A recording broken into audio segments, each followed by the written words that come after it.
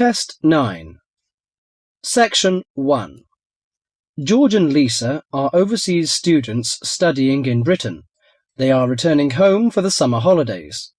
First, you have some time to read the example and questions 1 to 4.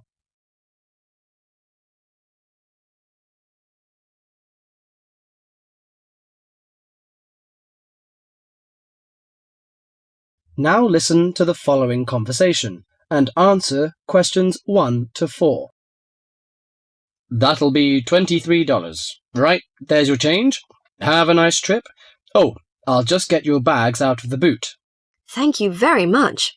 Now, George, let's find the check-in desk. Yes, but with all the changes they have made here at the airport, I'm not sure where the check-in desk is. I know, it's strange, isn't it? Why don't we ask for help? Good idea. What about that man sitting down over there? Which one? The one with the hat on and in the trolley? No, the one with the uniform behind the table. I'll ask him. Excuse me, could you tell me where the check-in desk for France Air is, please?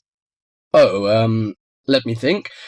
The best way to get there would be to turn left at the end there, where the cafe is, and then go straight ahead until you're opposite the departure gate's entrance. Oh, no. Sorry. It might be quicker to turn right as soon as you get past the cafe, and keep going along the corridor until you come to the sliding doors at the end. On the left. Yes, that's it.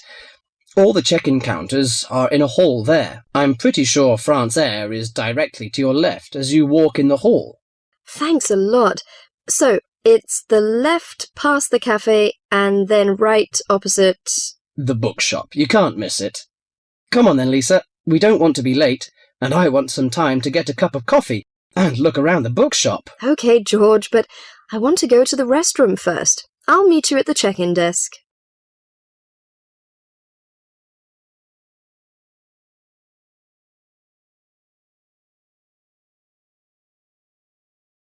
George now speaks to the clerk at the check-in counter. First, you have some time to look at the form.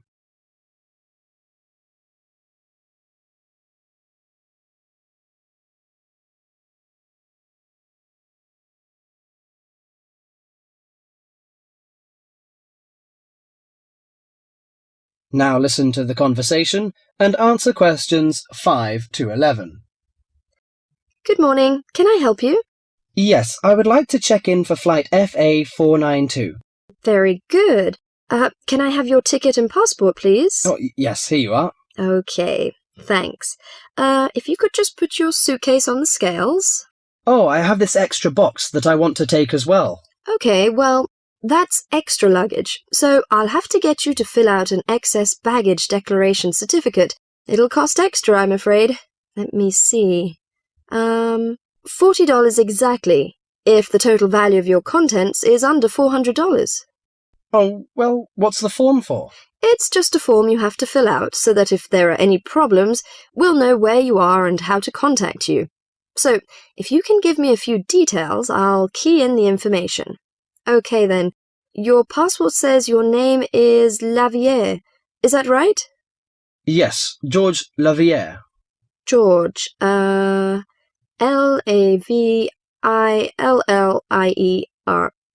Good. Now, nationality. French? No, wait a minute. It's a Swiss passport. Well, yes, I live in France, but I was born in Switzerland. Swiss. Very good. Flight number FA492. Destination is... Paris. Are you connecting with any other flight in Paris, or will you be staying there? I'm spending my vacation in Paris. Well, Sèvres, just outside Paris. Okay. So what's the phone number there? Let me think. The country code for France is 33, and the number is 198614537. Right, so that's 331-9861-4537. Yes, that's it. And can you tell me briefly what you have in the box? Well, there are some books, just university textbooks from last semester, some clothes, and, my computer disks. Okay, thank you. And what would be the approximate value of the contents? Quite a bit, actually. About $150.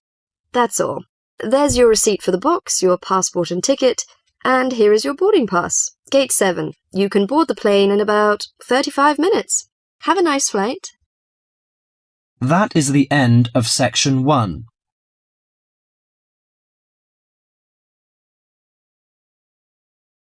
You now have half a minute to check your answers.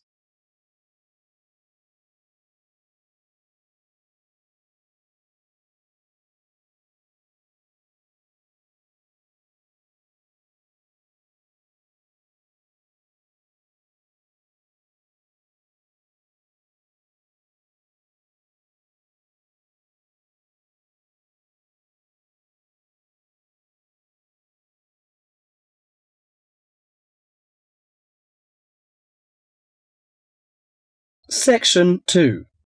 In this section, you'll hear an introduction on the housing conditions in Chapmanville. First, you have some time to read questions 12 to 20.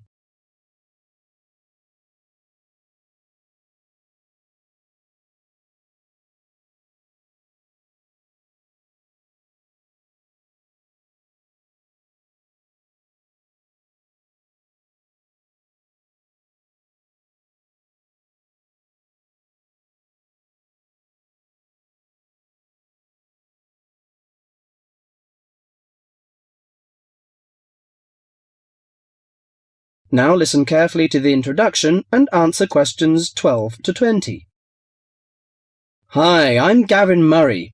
I'm the rental manager for the Central Chapmanville Real Estate Agency. I'm a real estate agent, much like any other, in that I help people buy and sell houses. But about half of my time is spent working to assist people in renting houses and flats. I've been in this business for a dozen years now, and I know the city very well, in terms of which areas are the better places to live and how much it costs to rent in these areas. Now, I normally divide Chapmanville into 3 areas in terms of rental prices. Generally speaking, the area in the northern part of the city is the low end of the spectrum, the cheapest housing. So if you're looking to spend as little as possible on rent, I suggest you look there. The most expensive area would be the eastern part of Chapmanville. Most people think it's the prettiest part of the metropolitan area because of all the hills and parks. As so many people desire to live there, housing prices tend to be quite high. The middle market in terms of price for accommodation is found in the city's western and southern areas. Now, let me give some examples of how much it will cost you to rent in these areas. Let's imagine you're a single person looking for a 1-bedroom flat. In eastern Chapmanville, you would be paying no less than $650 a month for such a flat. You won't find anything for less than that. But a lot of people pay as much as $1,100 per month or more. The higher-priced flats are usually the ones in the hills, which run through the east. They've got the best views of the city. A similarly sized flat in the west of the city and the south, 2 for that matter, would cost you at most $650. But there are many flats going for less, and if you look around a bit, you can find one for as little as $350.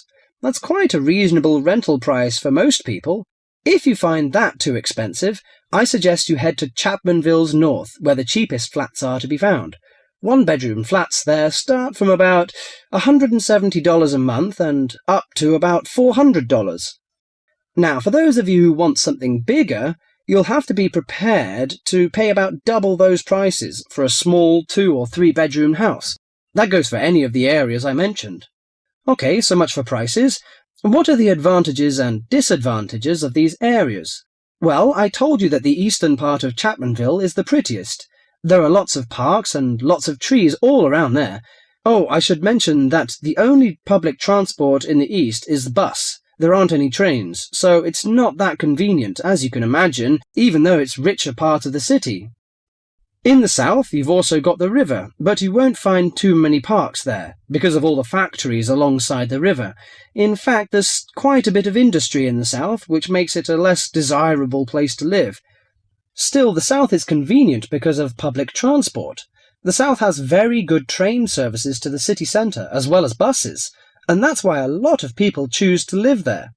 I said earlier that western and southern parts of Chapmanville are about the same in terms of the price you pay for accommodation. They also have the same sort of public transport services, but the two areas are quite different in other ways. The west is next to the bay, so it's quite attractive in that sense, but there are a couple of problems with the west. One is that the bay is polluted, so polluted in fact that you wouldn't want to swim there. I used to take my family there about 10 years ago, but now I wouldn't go near it.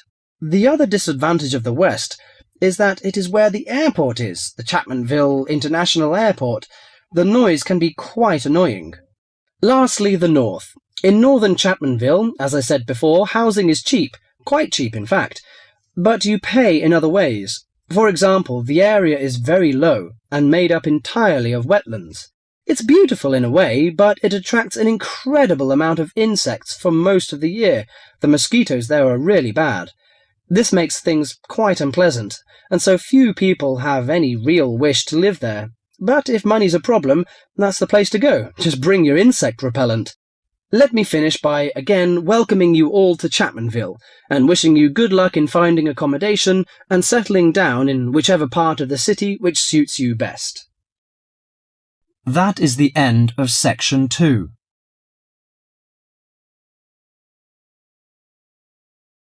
You now have half a minute to check your answers.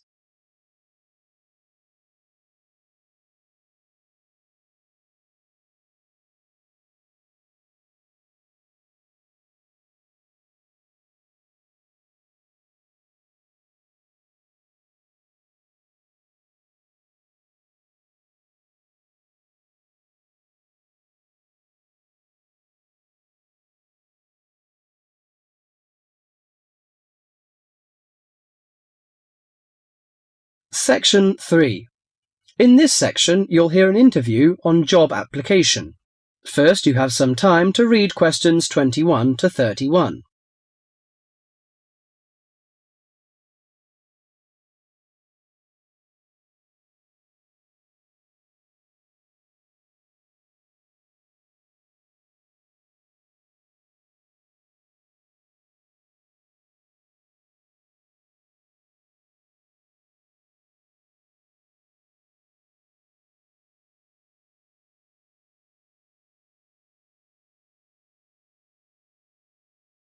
Now listen carefully to the interview and answer questions 21 to 31.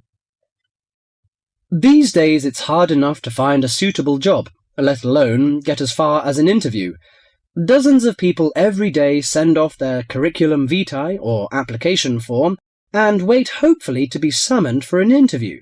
Now this, apparently, is where a lot of people fall down because of their inadequacy at completing their application forms, according to Judith Davidson, author of Getting a Job, a popular book which has recently come onto the market. Our reporter Christopher Shields decided to look into this apparent inability of the British to sell themselves, and he spoke to Judith Davidson about it. Judith Davidson lectures at a management training college for young men and women, most of whom have just graduated from university and gone there to take a crash course in management techniques. One of the hardest things is not passing the exams, not passing the course examinations successfully, but actually finding employment afterwards. So Judith now concentrates on helping trainees to set about doing just this, and she tries to work out the reasons why chances of getting a job are pretty small. Very often, a job application or a curriculum vitae will contain basic grammatical or careless spelling mistakes, even from university graduates. Then those that do get as far as an interview become inarticulate or clumsy when they try to talk about themselves. It doesn't matter how highly qualified or brilliant you may be, if you come across as tongue-tied and gauche, your chances are quite slim. What are other problems of the application forms? Some letters are dirty and untidily written, with finger marks all over them and ink blots or even coffee stains. Others arrive on lined or flowered or sometimes scented paper, none of which is likely to make a good impression on the average business-like boss. Many people are unable to make that initial impact with an employer. In fact, it needs techniques to send an application which will stand out from the rest and persuade the employer you're the right one for the job. This prompted an enterprising young man called Mark Ashworth, a recruitment consultant himself, to start writing job applications for other people for a fee as a sideline. He told me he got the idea in America, where it's already big business, and in the last few months alone he's written over 35 CVs. He feels that 80% of job applications received by personnel managers are inadequate in some way. Well, yes, many people simply can't cope with grammar and spelling and don't know what to put in or leave out. Sometimes people condense their work experience so much that a future employer doesn't know enough about him. Then, on the other hand, some people go too far the other way. To give you an example, one CV I once received in my recruiting role was getting on for 30 pages long. Mark has an initial interview with all his clients in which he tries to make them think about their motivation. He can often exploit these experiences in the CV he writes for them, and shows that they have been valuable preparation for the job now sought. He also believes that well-prepared job history and a good letter of application are absolutely essential. Among the most important aspects of applications are spelling, correct grammar, content, and layout. A new boss will probably also be impressed with a good reference or a letter of commendation written by a former employer. The type of CV I aim to produce depends largely on the kind of job being applied for. They don't always have to be slick or highly sophisticated, but in certain cases this does help. Judith Davidson thought very much along the same lines as Mark. In her opinion, one of the most important aspects of job applications was that they should be easy to read. Many applicants send in letters and forms which are virtually unreadable. The essence of handwritten application is that they should be neat, legible, and the spelling should be accurate. I stress handwritten because most employers want a sample of their future employees' writing. Many believe this gives some indication of the character of the person who wrote it. Some people forget vital things like putting their own address or the date. Others fail to do what's required of them by a job advertisement. Judith believes that job seekers should always send an accompanying letter along with their application forms, stating clearly why their qualifications make them suitable for the vacancy. Personal details have no place in letters of application.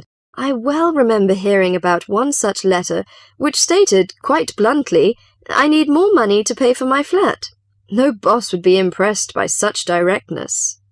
She added that the art of applying for jobs successfully was having to be learnt by more and more people these days, with the current unemployment situation. With as many as 200 or 300 people applying for one vacancy, a boss would want to see only a small fraction of that number in person for an interview. So your application had to really outshine all the others to get you on the shortlist. That is the end of section 3.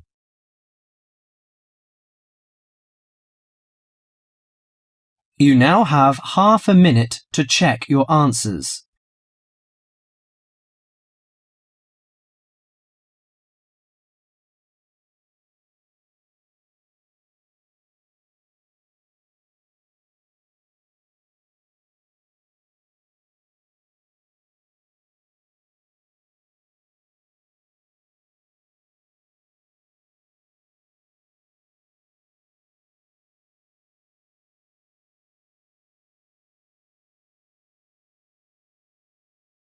Section 4. In this section, you'll hear a lecture on human civilization. First, you have some time to read questions 32 to 40.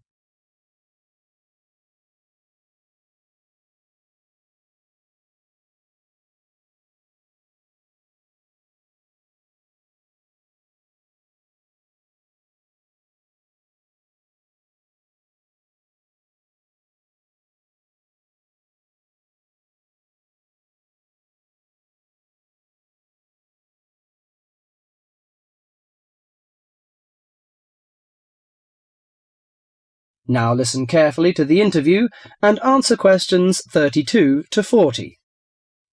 Today in our History Series lectures, Professor Smith is going to introduce the history of human civilization. Welcome, Professor Smith. Good afternoon, ladies and gentlemen. Do you know when human civilization originated? And what's the development of human language? Well, the first two stages in the development of civilized man were probably the invention of primitive weapons and the discovery of fire, though nobody knows exactly when he acquired the use of the latter. The origin of language is also obscure. No doubt it began very gradually. Animals have a few cries that serve as signals, but even the highest apes have not been found able to pronounce words, even with the most intensive professional instruction. Apparently, a necessity for the mastering of speech is the superior brain of man. When man became sufficiently intelligent, we must suppose that he gradually increased the number of cries for different purposes. It was a great day when he discovered that speech could be used for narrative. There are those who think that in this respect, picture language preceded oral language. A man could draw a picture on the wall of his cave to show in which direction he had gone, or what prey he hoped to catch. Probably picture language and oral language developed side by side. I'm inclined to think that language has been the most important single factor in the development of man.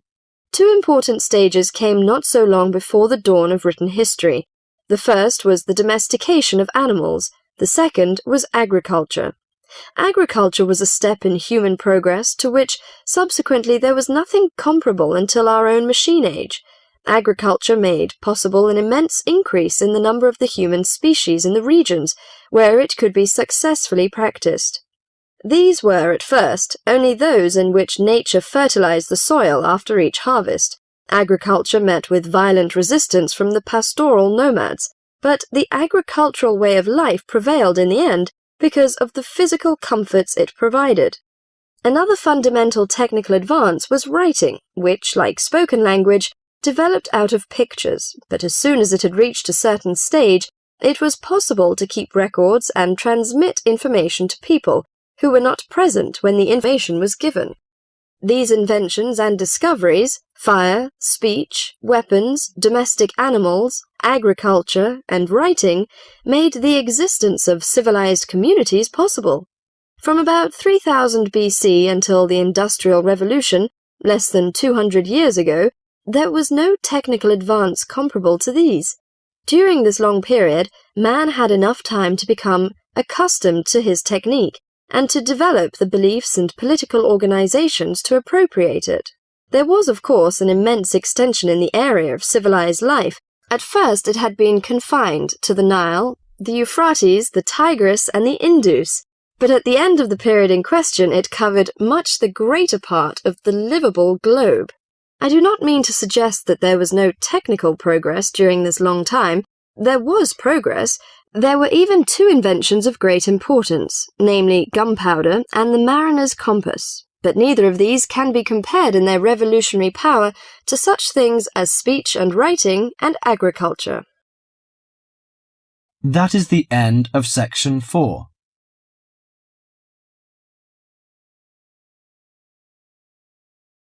You now have half a minute to check your answers.